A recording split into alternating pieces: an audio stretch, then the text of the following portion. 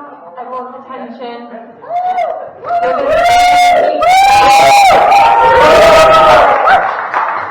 I'd just like to thank, on behalf of my mum and Nada, everyone for coming. It's so great to see you all here. I know obviously people have travelled from down south, Australia, all over the place. You know, we really... Belgium as well, sorry. So I'm just going to start with some speeches. I'm not going to be doing a speech, this is my speech. And we're going to be starting off with the father of the bride, which is my granddad. So everyone enjoy. It's going to be very light and breezy, nothing serious.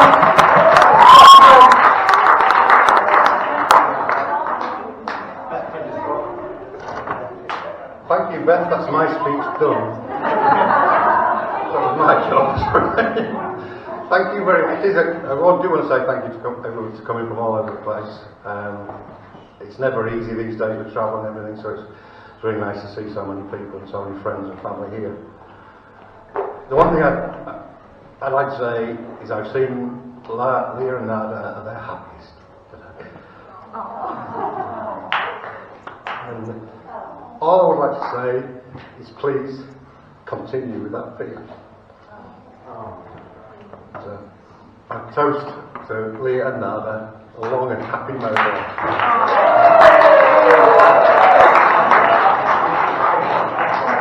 And that's it.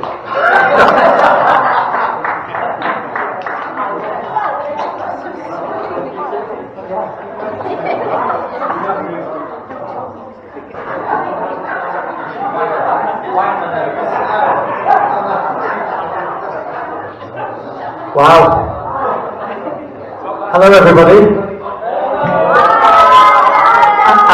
I know you're thinking, God, now there's on a mic, this could be hours.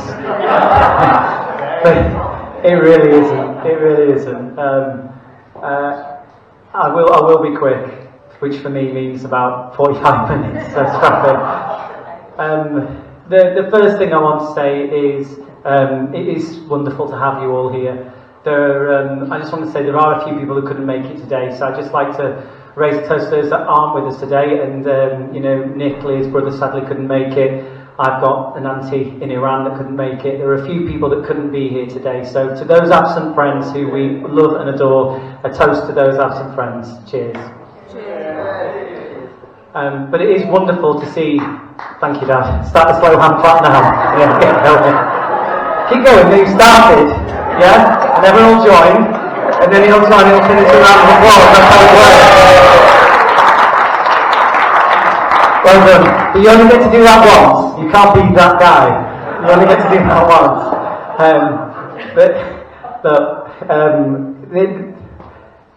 This is the happiest day. It really is the happiest day. I mean, I just want to say just how beautiful does my wife look today. Absolutely beautiful. It really is the happiest day, and what Steve said is true. We genuinely are feeling at our happiest right now, and it really has been a wonderful day. And I'm so grateful that everyone could make the journey here to be with us.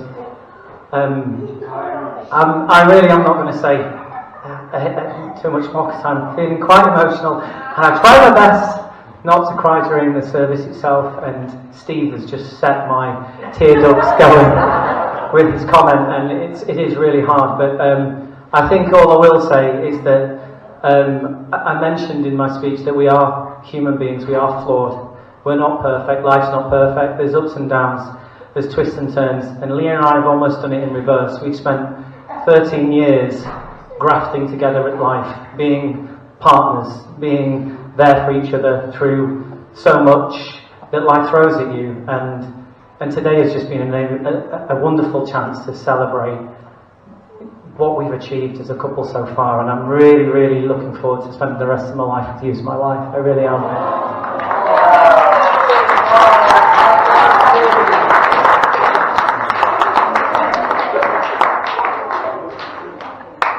We try to be the best versions of ourselves, and that's what you hope your partner brings out in you. And she does pick me up when I'm down, and vice versa. We do have that relationship, and I think it is really special. And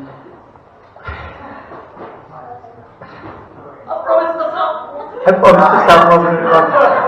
But this is a magical moment. So I was talking to people before, and I was just saying how we'll never get this picture again. Life is the way it is. You don't get many moments like this where you have everybody together for something happy, for something that's special, for something that means something. Too often in life it's for the wrong reasons that people are in this room together. And I just love that we've got this opportunity to be together, to bring that happiness together, to have this picture in our heads forevermore. Wherever we go now in life, we'll carry this day and we'll carry this moment, all of you, with you. And I will never forget this day. I know on behalf of Leah and I, thank you so much for being here to spend this day with us. We love you all dearly. Thank you very much. Thank you.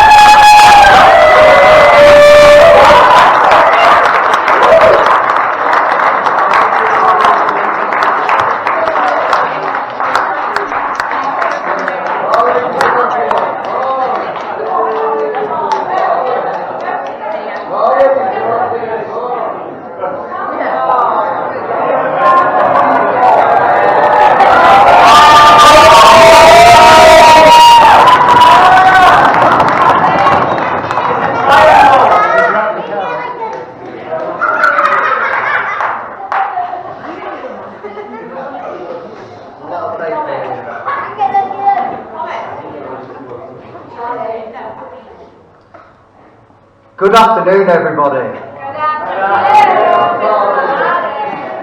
Firstly, I'd like to thank you all for being here today to celebrate Nader and Leah's marriage. For those who don't know me, I'm Carve, Nader's younger brother. Before I talk about Nader, I have to say, Leah, you look absolutely gorgeous, stunning today. And Nader, you don't look bad either. Now, what can I say about my brother, Nader? He's my favourite brother. Admittedly, he's my only brother, but that still counts. Growing up together, we were very close. Maybe that's to do with our parents constantly clothing us in the same, like we were twins. As we got older, Nader had his friends and I had mine, but the brotherly bond is always there. We are so alike in so many ways, like making up ridiculous words that don't even exist in the language, English language, that only we would understand, acting silly, and endlessly quoting lines from films that we both find hilarious, such as Mrs. Riley, and only Mrs. Riley. Hold our two, son. Come in, dear, have a seat. Take your bra off if you like. Here you go, sir. Have a nice sandwich. I said $1, bitch. Although very much alike, we are also very different. The two key words that make us very different: practical and academic. I am the practical one. The one who fixed my mum and dad's wardrobes with chewing gum when I was about 7. And then obviously becoming a joiner. Giving Nader a screwdriver, he'd probably scratch his back with it. Nader, on the other hand, is the academic one, winning awards throughout his entire school life. To be honest, I think we had a secret competition between us for how many times our parents were called to keep James school. For Nader to win an award, and for myself to talk about my behaviour.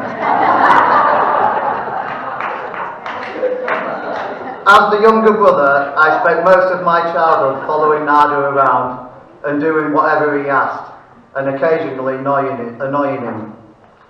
Sometimes that meant breaking his Lego creations that he would have spent hours building, especially his castle. And also touching the strings on his guitar when he was about 7 whilst trying to learn. And he would turn around to me, sat on the sofa, and say, "Carve, did you just touch my guitar?" And I would just reply, "No." But he was making a sound. There is one story, however, that proves you shouldn't always listen to your older brother. When I was about 6, we were shopping in Homebase when I needed the toilet. Mum asked Nader to take me. Simple enough task. Except Nader took me to the bathroom display area and he said, "There's the toilet." So I went to the toilet. I had to shout and scream for mummy because there was no toilet tissue. To this day, I'm still not sure if that was just his revenge for me breaking his Lego. As much as we love and sometimes hate each other, he is an amazing brother and I love him so much. I am so proud of you and what you have achieved in music and television. I was one of your biggest fans of Ivy Play and I knew all the words to every song you'd written. And going from ITV's T-Boy to head of production, me, mum and dad couldn't be prouder. There is not one person who knows me that does not know what your job is, because I cannot wait to tell them. I also had the pleasure of organising Naders Stag Do alongside with Dave, who turned out to be the hardest man to please. Despite not wanting one, nor the idea of going abroad, we ended up in Salou in Spain. Nada truly had the best time with me, Dad, friends and family. It was great for us all to be together. I think all we would have liked was to have seen a little bit more of Josh, who spent a remarkable amount of time in his room. Leah, today isn't just about Nada gaining a wife, but becoming Beth and Josh's stepfather, who he loves unconditionally. We welcome you to the family. We welcome you to the most calm, placid, relaxed family of Knaresborough. I think you all fit in perfectly. Nada's greatest achievement isn't music, nor television, but being a father to Thomas and Harrison. His love, patience and dedication is something to admire. You are also an incredible uncle and my boys love you so much. When Nada first brought Leah to meet the family, I thought she'd eventually see what she'd signed up to. Thankfully for him, she stuck around. In all seriousness, Leah, you make him incredibly happy and you're both pretty crazy, so you're a perfect match.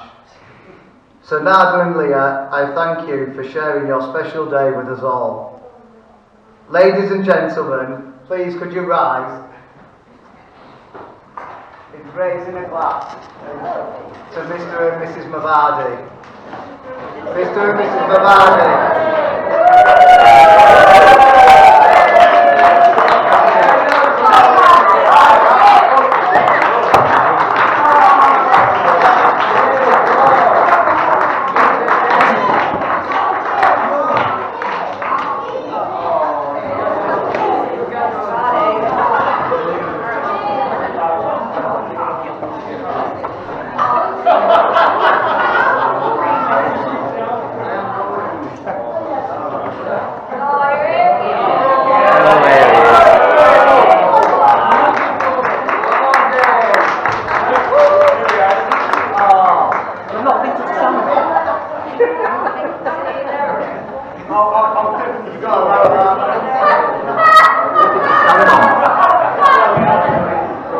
Actually, do you know, it's funny that he's doing this, right, because this isn't anything to do with the speech, but in my early 20s we went to a nightclub and I got a little bit drunk and started getting off with this dwarf. There's no dwarfs out there, is there? No, okay, good. An actual proper dwarf. And anyway, I thought nothing of it, got spotted by some of the guys on this night out. Anyway, about 4 or 5 months had passed and I was going to Nada's house and knocked on his door. And Christine was like, "Get in, it's open." I went, right. Opened the door, and they were all lined up. Like that. Knelt on shoes. A big line of them, just waiting for me. Being the dwarfs. Anyway, I'm David. Nada's best friend of nearly 30 years. Can we just get this down a little bit? I mean, it's ironic, isn't it? You start off with a story about dwarfs and then you... Irony! 1, 2, 1, 2. I'm David, Nada's best friend of nearly 30 years. Now, that means I know shit about Nada. And I've seen stuff that no man should ever have to see. But when he told me that he was getting married to... Oh, I can't go with it. Can everyone hear me? Yeah. Can't do the microphone. When Nada told me that he was getting married to Leah, honestly, I couldn't have been happier for him. But I do remember thinking to myself, I was like, isn't it mad that one person chooses another person out of thousands of people out there to be best man, and he chose me. Thank you. Even though after 30 years, he was saying the whole journey along that if I ever get married, don't worry, I'll never ever ask you because you know too much. And I do. And by the way, if anyone wants some proper stories, later you can just buy me a drink at the bar. I've got loads. And yet here we are, he's put me in front of his friends and his family. Trust. For 5 minutes. Maybe 10. The man is fearless. Absolutely fearless. Now, for the mums and dads in the audience with little ears, don't worry, I am giving a PG performance today. There'll be no swearing. We met in sixth form. You'll be shocked to hear that we were not in the same class together. I was in the A group and Nada was like C or D or something like that. We actually met as prefects, which was quite funny because we looked like a kind of messed up version of Cannon and Ball. Our friendship, it really took off about 3 or 4 weeks after sixth form, if you remember Nada. Me and my twin, we were out in Knaresborough, having a few drinks. Nada was out with some intellectuals from jazz club or maths club or something like that. One of the clubs. And he came over and he basically begged me and my twin to steal him away and whisk it into Harrogate. And from there, a lifelong friendship has been formed. Anyway, I promised myself I wasn't going to cry. Oh, I lost where I am now. Yeah, so a lot of people said that my brother and I, in the first few years, corrupted Nada because he was a very, very respectable young man. But I don't think we did corrupt him. He's not off-putting in any way. I'll just do what Garvey did. Wank him out. But we didn't corrupt Nada. We just gave Nada a safe space in which he could corrupt himself. And I think he's done a pretty good job. Every weekend, we're out in Harrogate, ended up in Jimmy's nightclub. For anyone that's been in Jimmy's nightclub, put your hands up. Jimmy's 2, Nada and Will, always by the fruit machines. And for a while, I actually did think that Nada had a bit of a gambling problem. You need to ask who's been thrown out of Jimmy's nightclub. Sorry? You need to ask who's been thrown out of Jimmy's. Was that you, Steve? No. But it turns out it wasn't by the fruit machines. Him and Will were hanging out by the girls' toilets. Not like that. They were being chivalrous gentlemen, weren't you? Yeah, stopping any weirdos from chatting up those scantily clad girls. Like a bit of a public service thing going on. Back then, Nada had 3 passions: football, music, and margarita pizzas. And basically, 3 decades on, not much has changed. The pizzas have been downgraded to cheese on toast because obviously Christine and Nassie stole the pizza shop. Now, Carve stole the thunder with Ivy Play, but Nada headed up a fantastic band, Ivy Play, of which I am proud to say, like Carve, I was a groupie. Very, very proud to say that. They nearly made it down in Big Smoke, didn't you? Nearly. Not quite. Supported Mark Owen on his comeback tour from Take That, which was amazing. But for Nada, unfortunately, that particular episode was the beginning of the end. Or a 4-minute warning if you're a Mark Owen fan.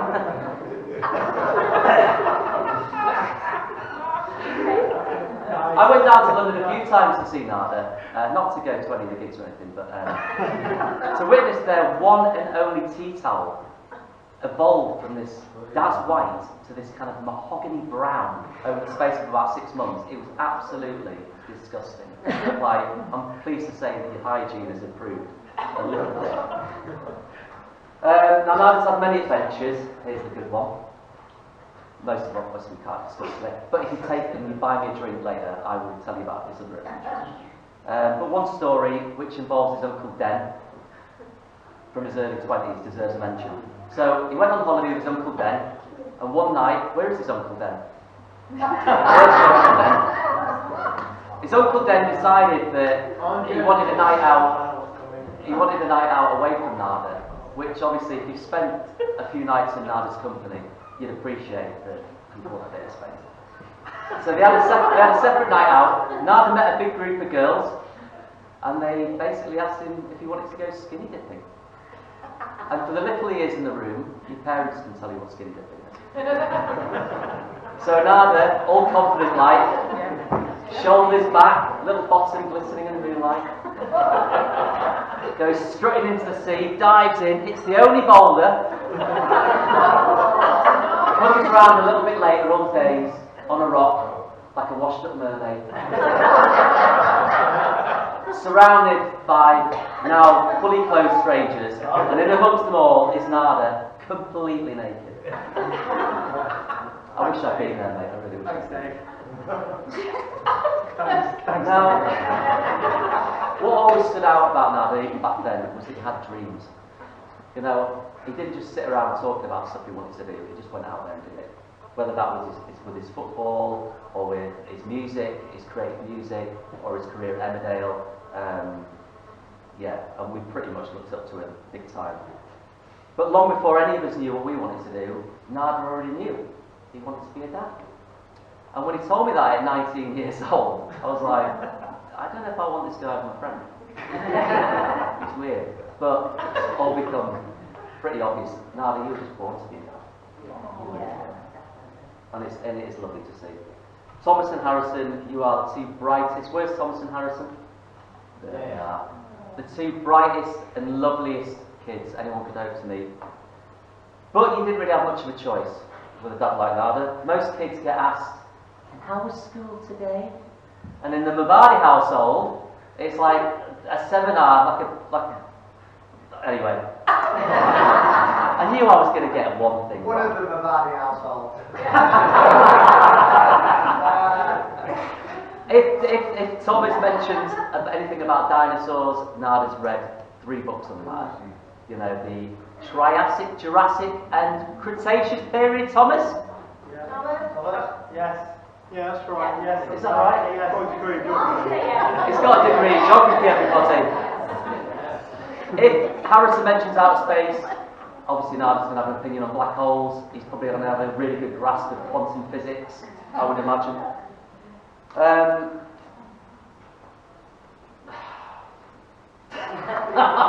was going to say, Can you pick that card up before anyone else?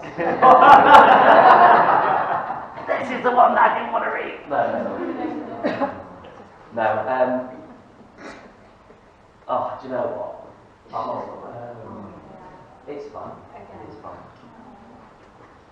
Something a bit heartfelt, I think. Now, when we met as prefects, you were definitely not my kind of guy. Way too brainy, way too much presence. You wouldn't let me beat your brother up. You want to be Retired more men than Social Security. Never forget that. But we've just been like, I can't believe 3 decades has passed, and we've shared so many norms, and you know, the last few years really opened up to each other as actual grown adults and talked about feelings and shit that's going on in our lives and being sounding boards rather than just banter all the time, and it's just been really lovely. And personally, I just couldn't wish for a better friend. I really couldn't. There's some way funny stuff in there, and like I say, it's pointless really. But I would like to say, Leah, where are you? Right next to him. He's been so focused on Nada, I haven't seen anyone else. He just looks. He's a little bit blind. If I was videoing this right now, that's like that scene in Love Actually, you know, but it's all me. It's the old Nada. You just look amazing. Like, I don't know what I was expecting. Nada had said that you'd transformed yourself in the last few months. No, when you walked into the wedding, I was like, you look absolutely like total knockout. Like, so. I did say to one of the guys, are we calling time? Yeah. Oh, okay. Okay. We'll call time. If everyone raises the glasses, I've not got one. To the bride and groom, finally, and my best mate now. I love you. And I wish I had spent so long trying to remember that bloody speech from the pitch start with them, but never mind.